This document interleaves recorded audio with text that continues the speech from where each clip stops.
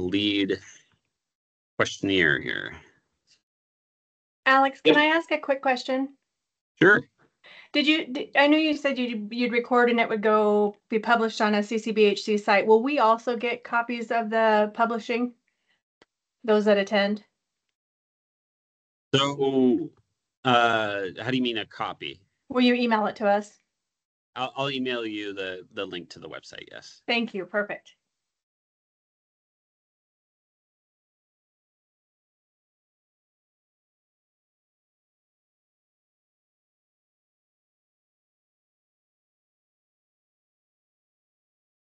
Okay.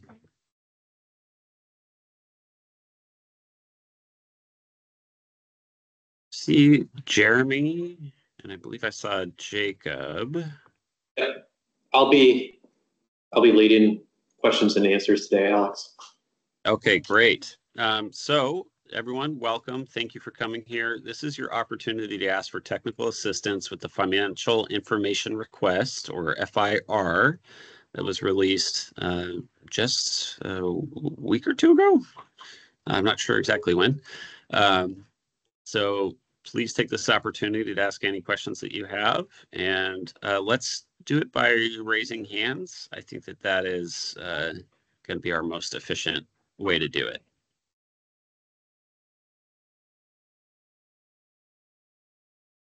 Wendy, let's start off with you, please. Thanks. Hey, Alex, just really quick. So under the provider types on the RFI, there are two provider types, FQHC and Rural Health Center and other.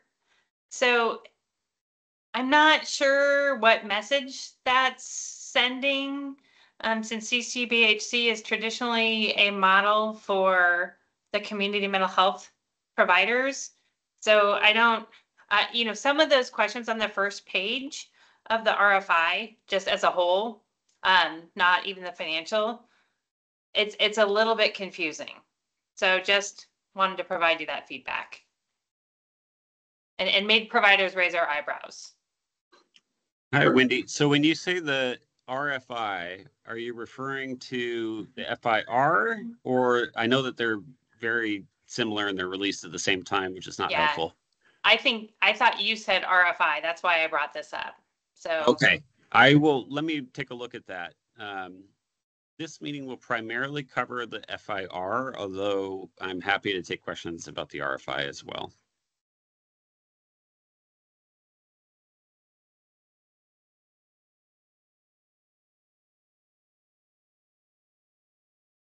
And Wendy, maybe to answer your question a little bit, as we have sort of a similar question here. To the extent that you're not an FQHC, we're really trying to gather whether or not organizations are FQHCs as well as potential CCBHCs. So I guess to the extent that you wouldn't be a CCBHC, you could report yourself as, for example, a nonprofit or a local government behavioral health authority instead. I just want to say that from a provider standpoint, again, the CCBHC initiative is really geared towards the community mental health center primarily. And for us to have been left out of the list of provider types and then to be asked if, that we're a health system, or there was another option right below that was just really irrelevant to most community mental health centers. Again, I'm not sure what was being communicated by that, but the unintended communication was that either somebody doesn't understand what we're talking about, or the state is diverting from the national model, which is really BHA centric, right? It's your community mental health center centric. So for what it's worth, and I don't want to spend a lot of time on that, but I just, I feel like the state needs to hear that feedback. Thank you for that feedback, Wendy. Looking at it now, I can see that just above that, it has the organizational authority and structure. And this, frankly, could have just been structured better. It just seems like we're left out. Should have been up with D. I think what F is trying to identify there is the specific federal identifiers for a health center. but it could have been better worded. So thank you for that feedback.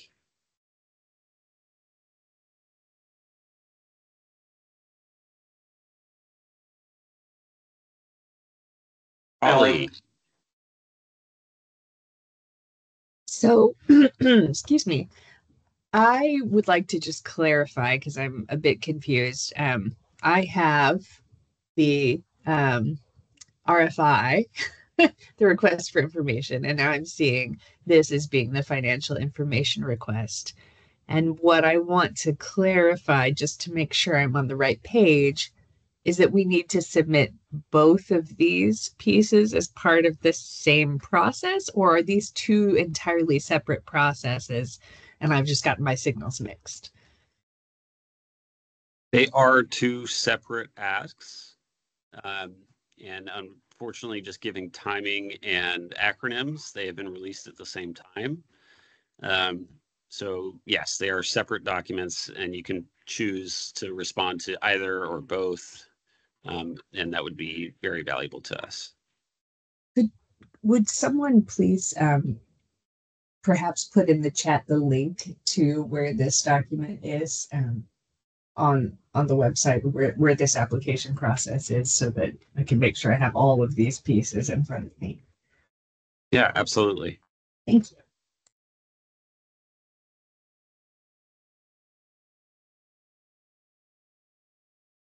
And Alex, maybe if you're okay with this, I can sort of summarize the FIR a bit and show what we're sharing here. Just in terms of what we're discussing primarily today, it is the financial information request. And this has really been prompted by the report that we're developing for looking at CCBHC options, is the development of an actuarial estimate that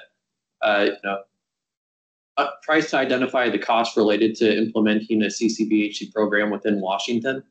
So alongside that, another goal of it is to get potential CCBHCs acclimated with the types of data and stratifications that may be asked within the federal CCBHC cost report, which would be something to complete in the future, as that's a requirement under the federal demonstration program. So there's sort of a two-pronged reason for this, but the information you provide when you complete this is going to be super helpful in order to get a fiscal estimate that is accurate as it can be.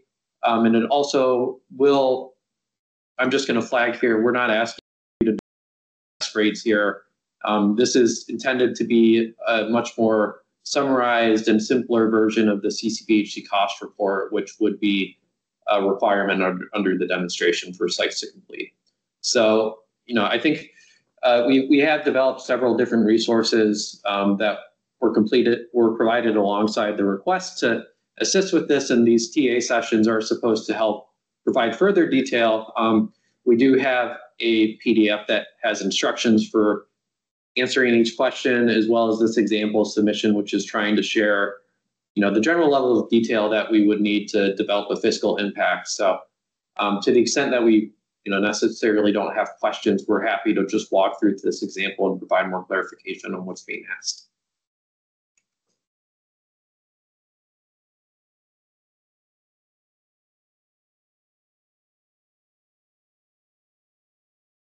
Dan?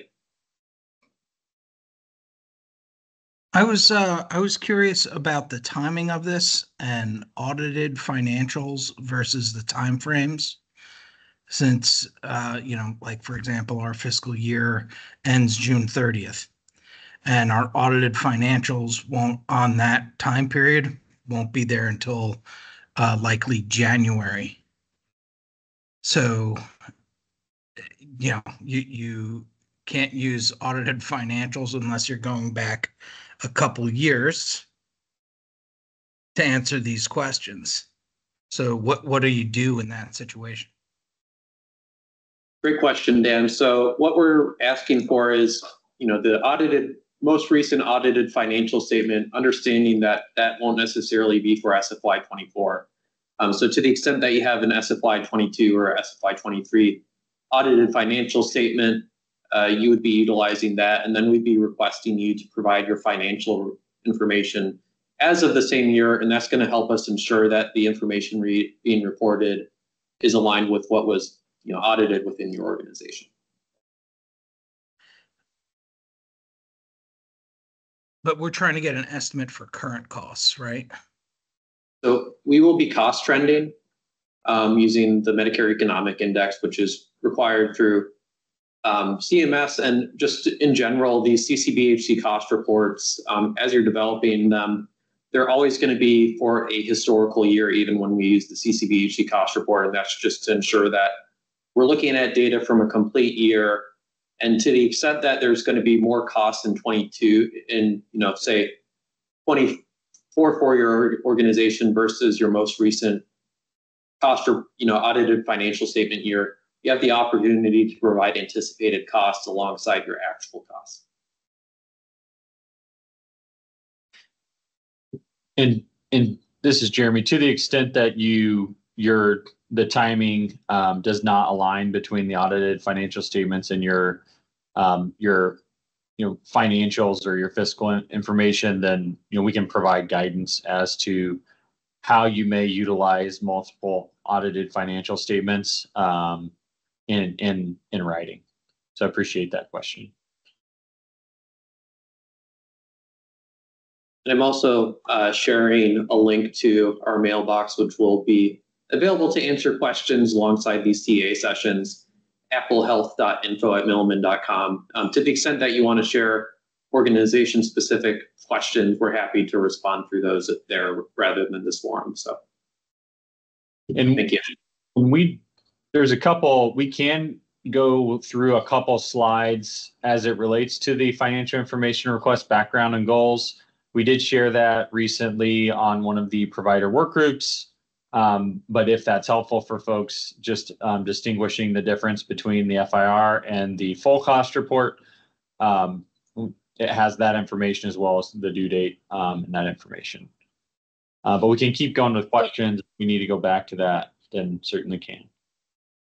So before Kathy sorry. All right, Kathy, before we get to you, I just want to answer the question in the chat, and then we'll go through our hand questions here. So Jacob and Jeremy, for the behavioral health professionals on the provider information tab, should this be individual providers or listing provider types? Sure, good question, Dylan. And historically, this is just sharing that this is sort of similar to the provider information tab on the actual CCBHC cost report. So historically, what we've seen is that there are MPIs associated with an individual or set of providers rather than looking at it at the provider type level. Okay, so for it would be a lot of providers there, and then in terms of calculating cost, would like break down an FTE per provider be the level of detail that's being wanted there as well? I think this is just looking for the NPIs associated with your organization, and the actual CCBHC cost report instructions may have guidance on, if there are more than the 10 or 20 rows listed there, then you may have submit that information in a separate sheet. Again, for the purposes of the FIR, that is optional to include. I think we want to align as much as possible with some of the information that you will be required to the extent that the state, obviously continues to move down this path and you submit a CCBHC cost report. Understood. Thank you. All right, Kathy, thank you for waiting so patiently. Let's jump to your question. Yeah, just to clarify, so when we fill out the personnel and wages, does that current time frame reflect right now, or should it align with the time frame that they're doing, finance is doing their reconciliation for that time period? Thanks for that question.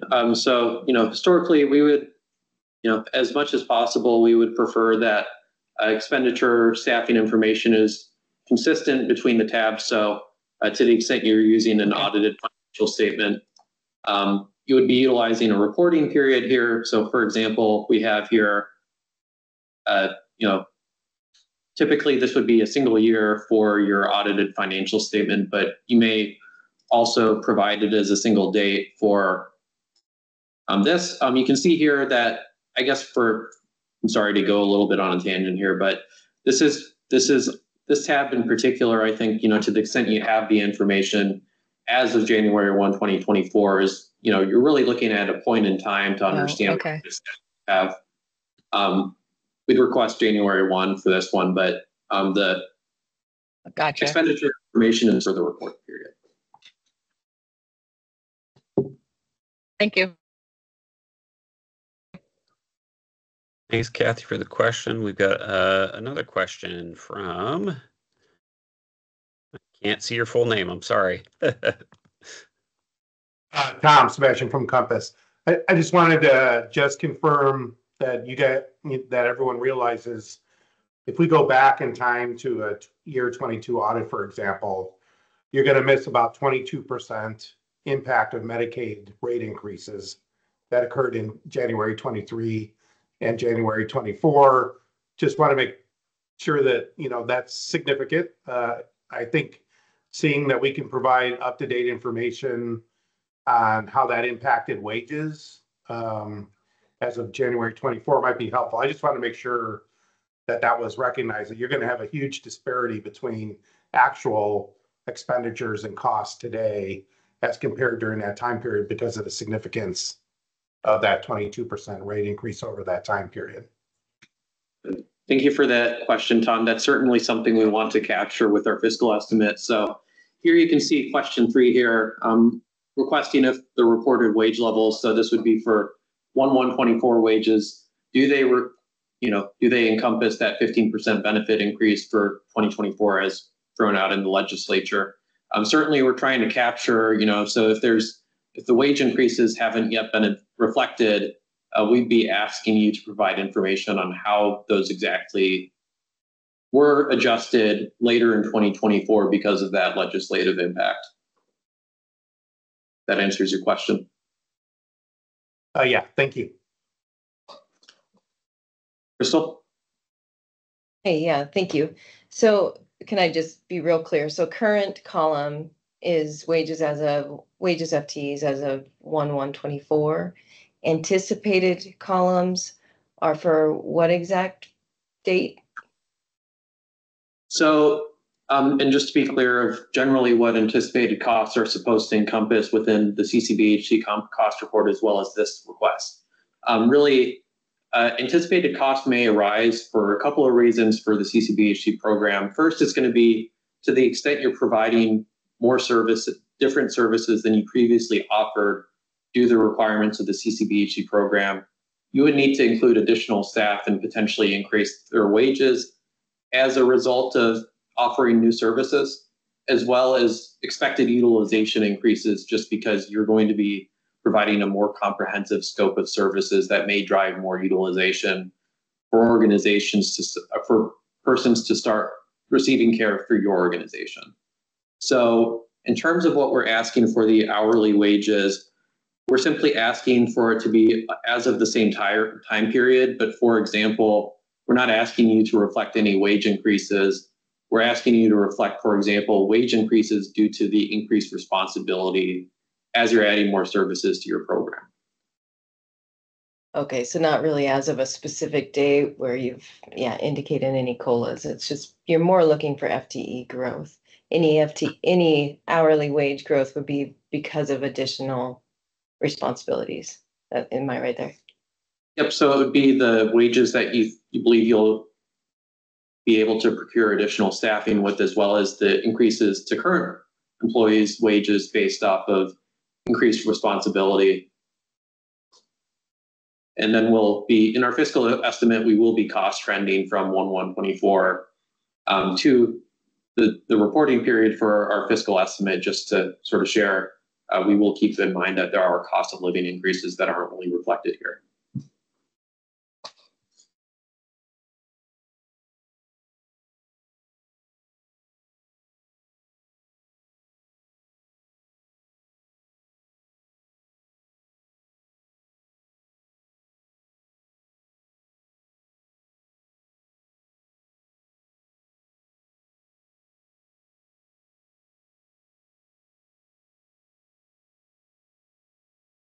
We had a couple of questions in the chat about the link to the FIR. Jacob, was this sent out by email or was it sent out with a link to something? Sure. So I believe it was sent via email, but certainly to the extent that, we have information on the participants of this chat, we can resend the financial information request itself as well as the example and instructions with the recording. So. Okay, so we'll, to answer the questions in the chat, then we will send it out immediately after this meeting to the distribution list. Hi, Mark. Hi, good morning. Mark Kettner, Comprehensive Healthcare, Yakima. Just want to make sure that I'm added to the distribution list. I wasn't aware of this meeting until about 20 minutes before the start time. And so just want to make sure that I'm able to be included in that distribution list. I've been on some of them, but I want to make sure I'm not missing any of them.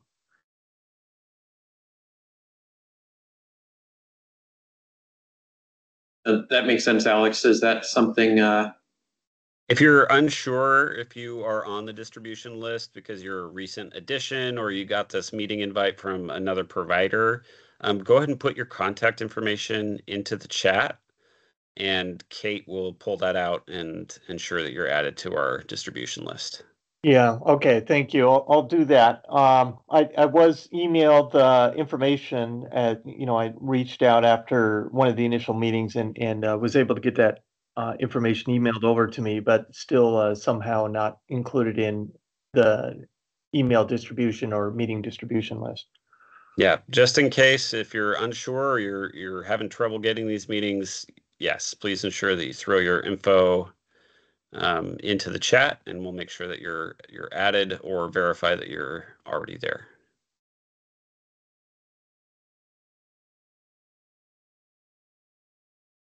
And I see a comment from Shrek in the chat about the FIR, or could you confirm whether or not you're referring to the FIR or the RFI there? Because we could certainly add the RFI to the extent that you need it. But we will be sending the original FIR that you can complete for your organization as well as the example within that email, I believe, Alex. Yeah, Jacob, I received the FIR, but not the FRI. Okay. And I'm on the list, so I just wondering if I may have missed that. Certainly.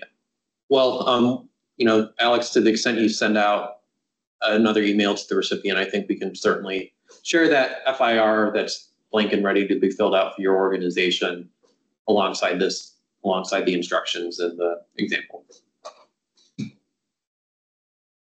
Yeah, I just threw into the chat. It was sent originally on 8/20, but again, immediately following this meeting, we'll ensure that we send it out again so it's easy to find. Thanks, Alex.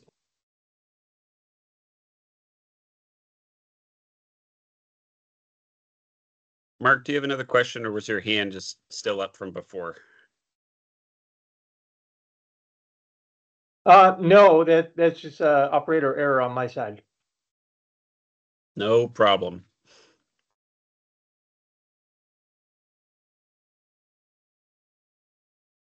Great. So, there's a couple of ways we can spend the rest of the time. Certainly, we can walk through this example and just share in general what we're hoping for in terms of your submissions. Maybe if there's no objections to that, we're certainly able to do that. So. I think that's a great idea, Jacob. It could generate additional questions. Great. So I think that, one area that we've received a lot of questions on already is just in terms of what we're going to be requesting in terms of reported expenditures. Again, really just want to share again what the financial reconciliation tab is and provide some detail on what we're asking for. So again, the purpose of this tab is to better understand what expenditures are currently arising from your organization. we explained anticipated expenditures before, which would be increased expenditures or wages as a result of becoming a CCBHC. We're simply asking for your expenditures as of a year where there has been an audited financial statement for them. And just want to share in terms of what we're asking for here. We're asking for a bit of a breakout of your audited financial statement numbers. So as you can see in this example, we have a few different categories of areas to report expenditures. Firstly, within this request, we're asking you to provide total personnel expenses versus non-personnel expenses. So here we're trying to capture what are the costs of, staffing. This isn't just the wages, but it's also the benefits and insurance, anything similar to that. We're asking you to take the amount that's reported in your audited financial statement, break it out from personnel to non-personnel. This would be where depreciation costs, electronic health records, or anything related to non-personnel costs would be gathered in. And just to flag the difference between what we're asking for within these 4 buckets is, first off, your audited financial statement amount would be here. What we're asking you to do for an additional breakout is to report your, for example, your personnel staff, what portion of that personnel staff reported in your audited financial statement is for indirect staffing, such as accounting, legal, anyone not directly providing services, versus staffing that are providing services, but not services that are directly related to the CCBHC program. So for an example, if you're also providing residential services, those would be included in this non-CCBHC direct cost, the staffing that would be providing those. CCBHC direct and CCBHC direct crisis services, this is where we're really asking for what are the staffing costs related to services that you provided that would fall under that umbrella of CCBHC services as of that reporting year. And I will share that we have a instructions document that is intended to help out with identifying what is a CCBHC service versus what is not a CCBHC service. We have a listing in this instructions document that has information on how to complete each question of the document in here, but just sharing, these are the 9 major CCBHC service categories.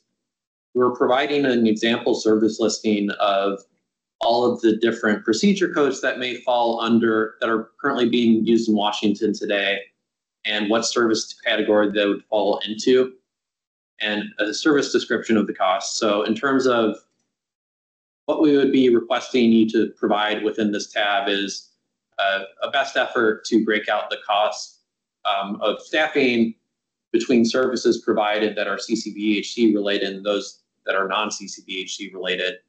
And one particular breakout we have in addition to that is crisis services, as Washington is considering a few different approaches to including crisis, as there are some state, mobile crisis initiatives in the work, may or may not be also included within the CCBHC program. So one additional breakout from CCBHC, non-CCBHC is also distinguishing between your crisis CCBHC costs and your non-crisis CCBHC costs. So I just wanted to gather thoughts on if there's any additional feedback or guidance needed to complete this portion of the request, because we've heard in previous technical work groups that this may be a difficult portion of it.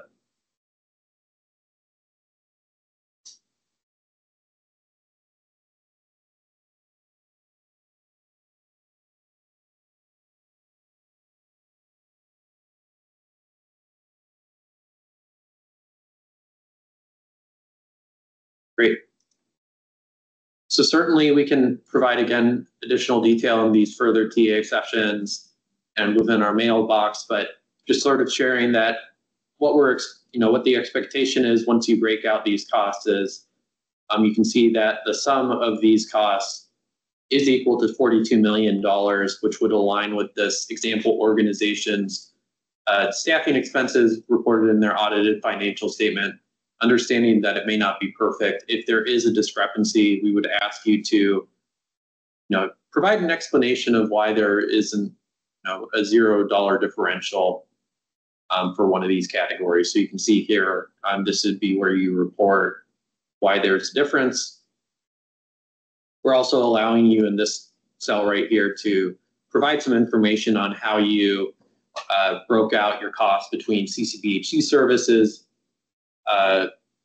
CCBHC crisis services, and non-CCBHC services. So to the extent that you're not able to look at the service level and understand what costs are associated with each service, you could certainly provide some information on a simplified assumption that you made. We're asking for that same level of detail within the non-personnel expenses. This would simply be for the non-staffing related costs, such as EHR. We'd be requesting you to identify a portion that's related to CCBHC services versus non-CCBHC services. And just, I see a question from Crystal in the chat here. So just to confirm, organizations that do other services such as primary care or dental, those would go into non-CCBHC direct. Correct, Crystal. So the intention is to really, within our fiscal estimate, capture the cost of providing those CCBHC services. So we'd be using the CCBHC all other and possibly CCBHC crisis services as our starting point for the fiscal estimate. So it's very helpful for you to break out, for example, the dental costs, put them in here rather than one of these two columns here. And the expectation is that with all three of those columns, you would be able to reconcile to your staffing costs in your financial statement.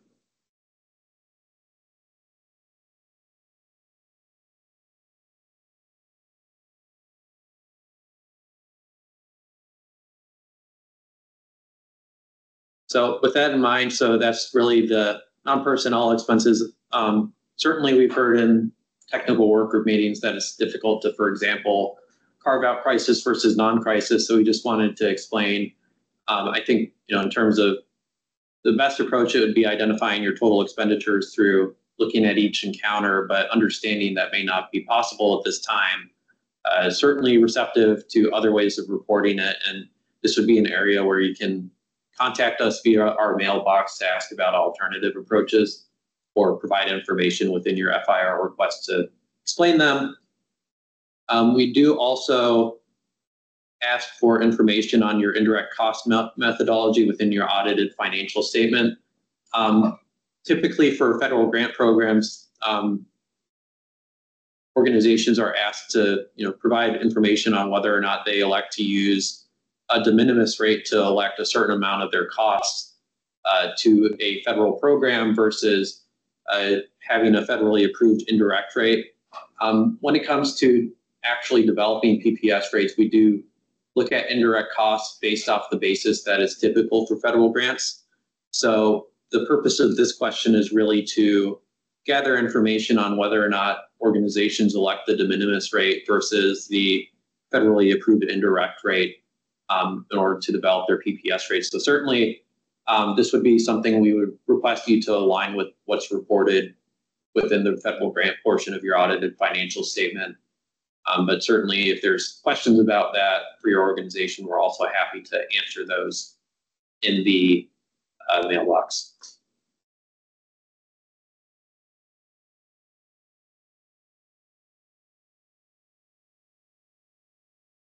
And I think in terms of maybe another key tab that we just want to share, and understanding that anticipated costs are a very difficult area to, for example, these wages, it may be difficult to really think about what level of staffing you need to provide the new services.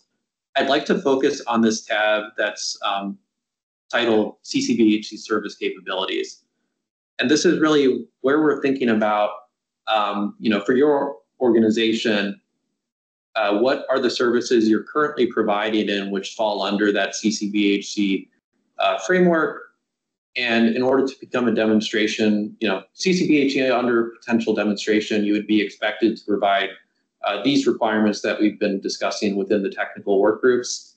The intention of this anticipated service capabilities tab is really to first off provide some qualitative questions that's going to help guide your completion of the anticipated staffing and wages portion of that personnel and wages tab, as well as get an understanding of where providers are at in terms of providing each of those major service categories. So, for example, just wanted to share here that one question we are asking in here is, for example, we're asking you to look at all the major requirements of a CCBHC under the demonstration. So one would be outpatient mental health and substance use services.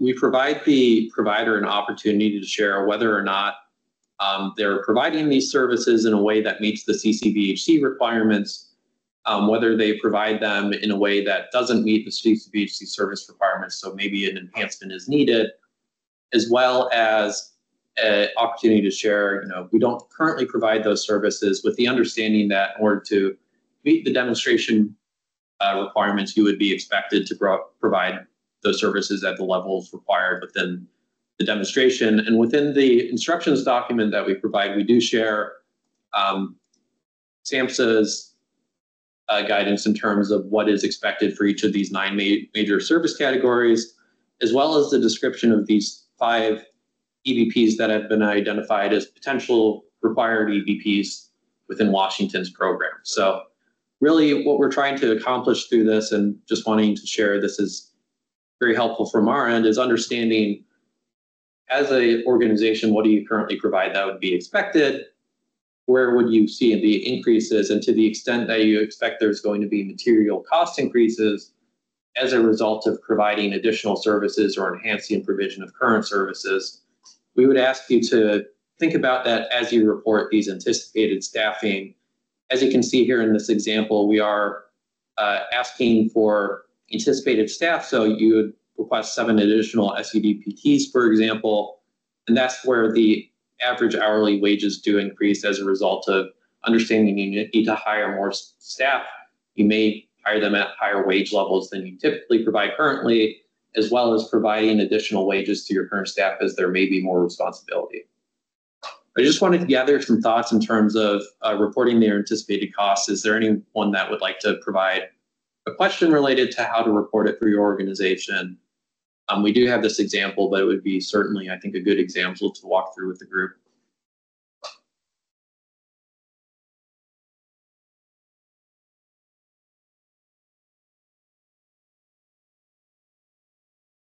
See a question from Dylan in the chat. So does each eligible provider type need to be trained in the listed EBPs, or will have some staff trained in the EBPs to be considered as part of meeting the requirement? Thanks for that question, Dylan. So this would be really thinking about the organization has to have someone on staff to be able to provide these services. And one area I'd like to clarify is one aspect of CCBHC that's allowed is to establish formal relationships with DCOs. Those are abbreviated forms of designated collaborating organization. And to the extent that you currently can't provide a service within this listing, but your organization would like to establish a relationship with a nearby provider that can provide those services, you are able to look outwards of your organization versus having in-house new staffing. There's some restrictions there. The understanding is that to be a CCBHC, you would want most of your organizations to be in-house, most of your services to be available in-house rather than, for example, 70% of them provided through DCOs. But that's one of those areas where we're really asking you to think about what is needed for you to meet these service requirements of the CCBHC. And for example, here we do have some of these that we do mention, like, we want to look at crisis services. We plan on utilizing formal DCO relationships rather than having additional staffing in-house. Just as an example, there are opportunities to utilize that, but we're really trying to get a template here that's going to help your organization think about what would be needed under the demonstration and what would the cost impact of that be.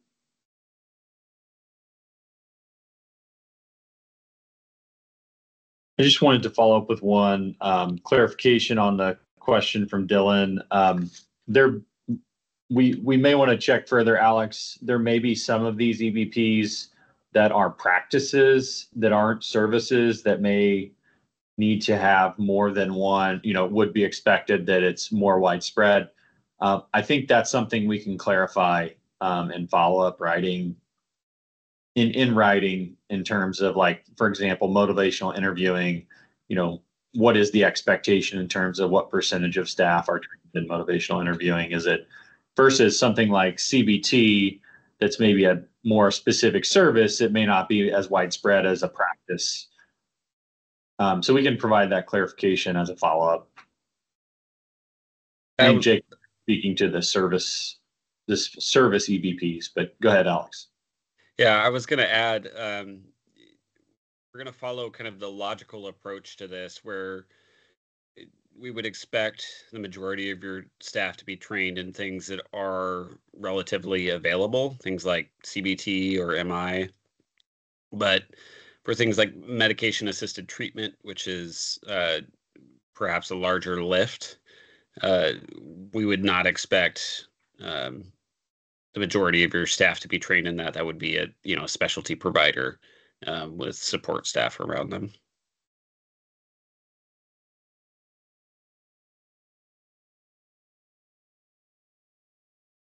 Thanks, Alex.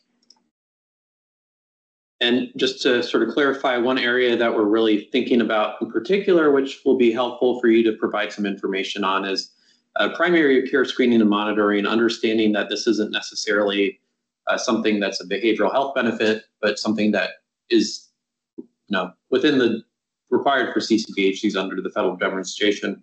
Be really helpful to understand who is providing primary screening and monitoring within your organization, and what kind of monitoring screenings you're doing in order to better understand what may be needed under the Washington CCBHC demonstration should it become in effect. And I see a question. Yep. I do see a question from Teresa in the chat here. My understanding is care coordination isn't a service that triggers payment. And there's also care coordination activity that we don't bill. Where do you capture the cost of care coordination in this request? Thanks for that question, Teresa. So typically, you are correct. It's not necessarily a CCBHC service. So what we'd be requesting you to provide is, for example, within your current provision of it, this would be considered to be a indirect or administrative cost. So your current CCBHC, your current care coordination staff should be captured there. Now, when it comes to anticipated, we do have this area here in terms of, providing your indirect staffing to the extent that there's a sort of a type of staff that we don't cover within these buckets. So, for example, care coordinators, if you want to provide more examples of what they're needed for, you can certainly provide, throw in care coordinator here, provide the staffing you currently have in their wages, as well as the anticipated staffing, which would include those additional care coordinators if you need them, as well as incremental cost and wage increases. So you'd be looking at the current ones through the financial reconciliation, providing their current wage levels through here, as well as anticipated growth as you need to.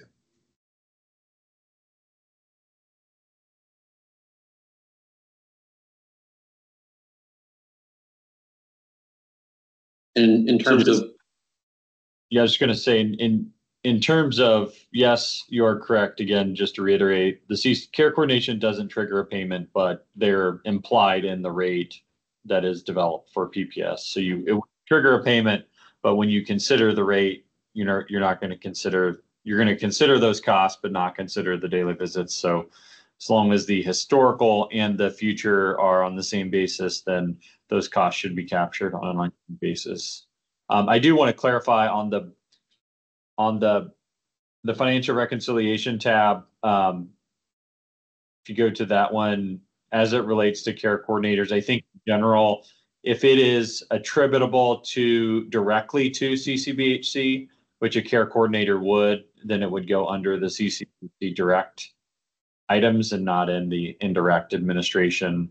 So just wanted to clarify that point. But I think certainly if you have a care coordinator staff on the, as Jacob said, on the personnel and wages, you can add that in the line as you described.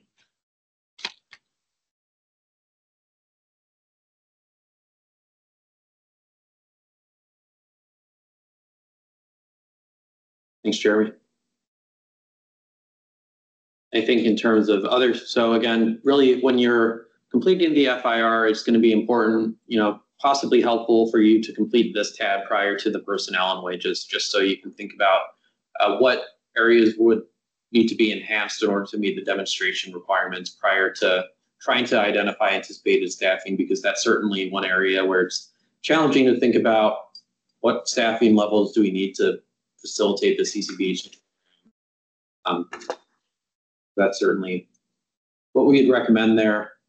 And just understanding we're close to, we only have 10 minutes left. I do want to share that we did provide a instructions document to help support this request alongside these TA sessions. So I'm going to spend some time sharing the screen here with the instructions document pulled up.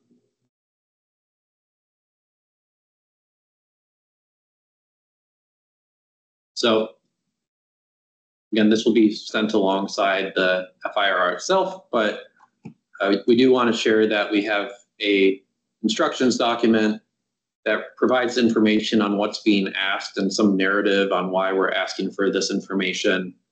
We have sections related to each of the major tabs of the CCBHC financial information request, as well as, again, sharing this as the email that you can request provider-specific questions. And just wanted to sort of share what this documentation is. So as an example here, you see the general information request. We have the first question that's asking you to provide information whether or not you're able to identify CCBHC daily visits. This isn't something that you're expected to do for the financial information request, but it's needed to develop daily rates for a potential CCBHC demonstration program. We try to provide information on what would actually be needed to report daily visits, and we try to share this is an approach we found to be useful in other states. And with all this in mind, this is how you we'd be asking your thoughts on whether or not you'd currently be capable of reporting daily visits. So just in terms of as you're completing this request, these additional technical assistance questions, these technical assistance sessions will be really helpful to get feedback. As you complete this request, if you have any questions related to it, certainly there may be other providers in the same boat. So very happy to answer questions within these future technical assistance questions related to how do you complete certain questions. But we're trying to provide a lot of documentation to support your completing of this request through these instructions.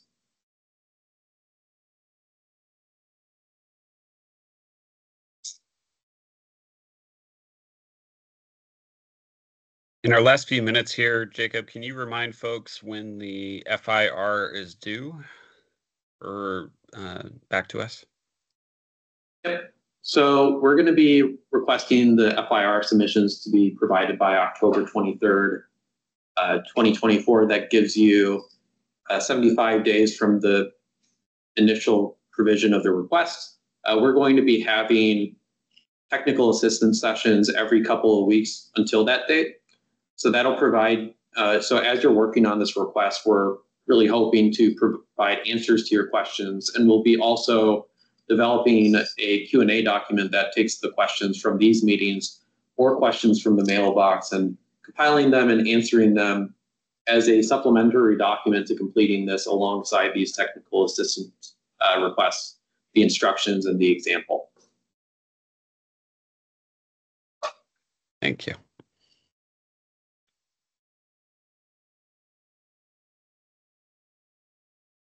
All right, with our 5 remaining minutes, are there any additional questions about the FIR?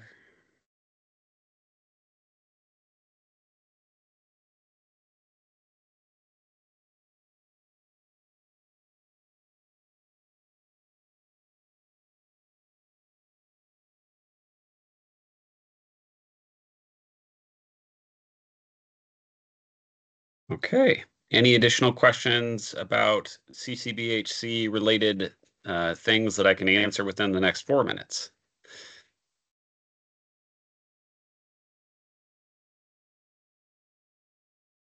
And thank you, Gigi, for posting those technical assistance sessions.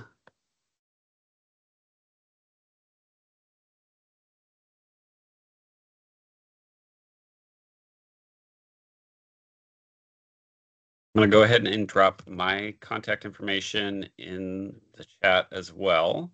Most of you know me pretty well at this point, but if you need to reach out to me, please do not hesitate. Happy to answer questions about CCBHC. Often I will let you know that I'm going to get back to you because I need to touch base with the team, but certainly try to be responsive. Appreciate all of your time today. Thank you for your great questions and your participation in this. And we look forward to seeing you at our next work group.